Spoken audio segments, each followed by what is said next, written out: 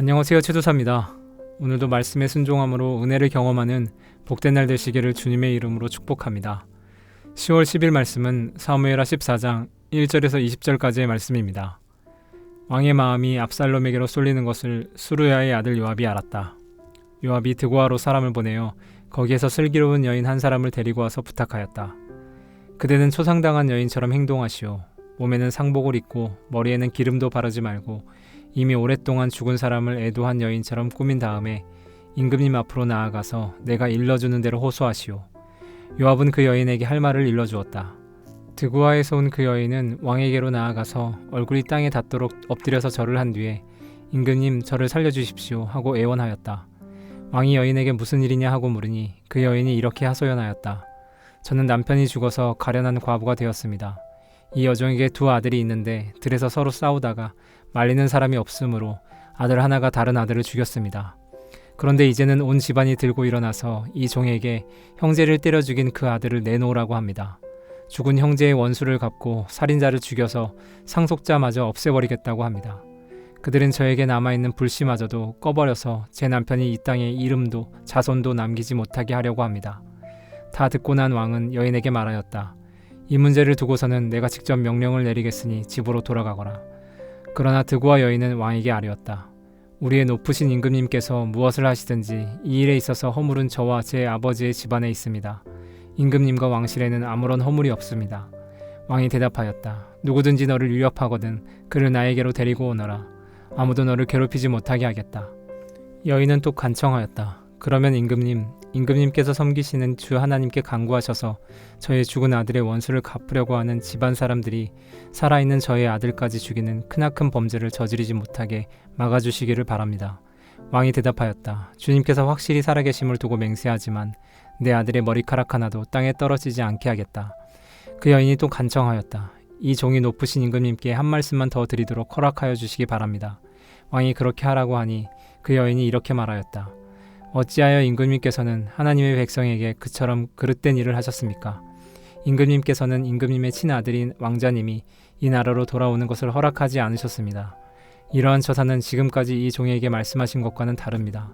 임금님께서는 그렇게 말씀만 하시고 왕자님을 부르지 않으셨으니 이것은 잘못된 일이라고 생각합니다. 우리는 다 죽습니다. 땅에 쏟으면 다시 담을 수 없는 물과 같습니다. 그러나 하나님은 생명을 빼앗지 않으시고 방책을 베푸셔서 비록 내어 쫓긴 자라 하더라도 어떻게 해서든지 하나님께 버림받은 자가 되지 않게 하십니다. 높으신 임금님, 제가 지금 임금님을 찾아뵙고서 이런 말씀을 드리게 된 까닭은 제가 친척들의 위협을 받으면서 이 문제를 임금님께 아뢰면 임금님께서 제가 간구하는 바를 들어주실 것이라는 확신이 섰기 때문입니다. 저의 집안 사람들이 저와 저의 아이들을 죽이려 하고 하나님이 주신 이 땅에서 끊어버리려고 하지만은 임금님께서 저의 사정을 들어서 아시면 구원하여 주실 것이라고 생각하였습니다. 이 종은 또 높으신 임금님께서는 말씀으로 저를 안심시켜 주실 것이라고 믿었습니다. 임금님은 바로 하나님의 천사와 같은 분이시니까 저의 호소를 들으시고 선악을 가려내실 것이라고도 생각하였습니다. 임금님이 섬기시는 주 하나님께서 늘 임금님과 함께 계시기를 바랍니다.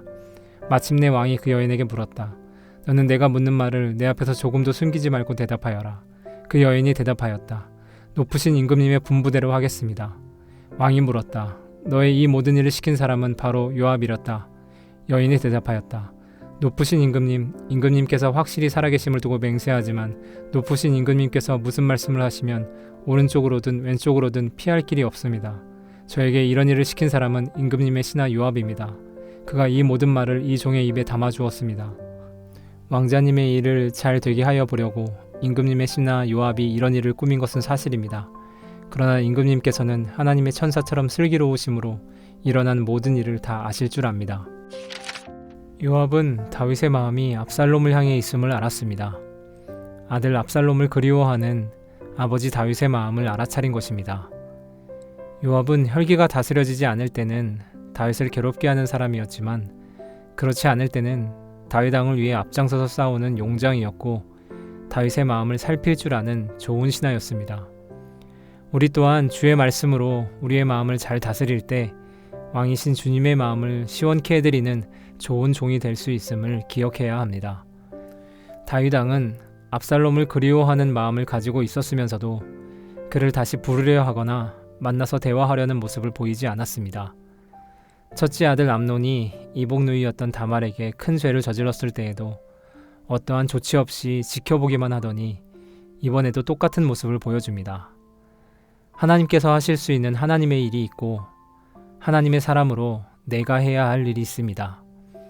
다윗의 가정에 일어나는 안타까운 일들을 보며 문제는 시간이 지난다고 저절로 해결되거나 나아지지 않는다는 것을 깨닫게 됩니다. 오히려 시간이 흐를수록 문제는 더 커지고 더 복잡해집니다. 각자의 자리에서 나에게 주어진 일들을 최선을 다해 그리고 용기 있게 감당하는 우리 모두가 될 수 있기를 주님의 이름으로 축복합니다. 미국의 신학자 라인홀드 니버는 바꿀 수 없는 일을 받아들이는 냉정함과 바꿀 수 있는 일을 바꾸는 용기를 그리고 이 두 가지를 분별하는 지혜를 달라고 기도했습니다. 그렇습니다. 우리에게는 날마다 지혜와 용기가 필요합니다.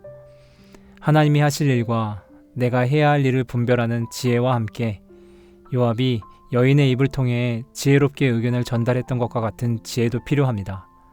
그리고 내게 주어진 문제를 마주할 용기도 필요합니다. 그런데 이 모든 것들을 구하는 자에게 후하게 주시고 꾸짖지 않으시는 주님이 우리와 함께 계십니다. 오늘도 사랑과 은혜의 주님께서 지혜와 용기를 구하는 우리 모두에게 이 모든 것들을 넘치도록 더하시기를 기도합니다.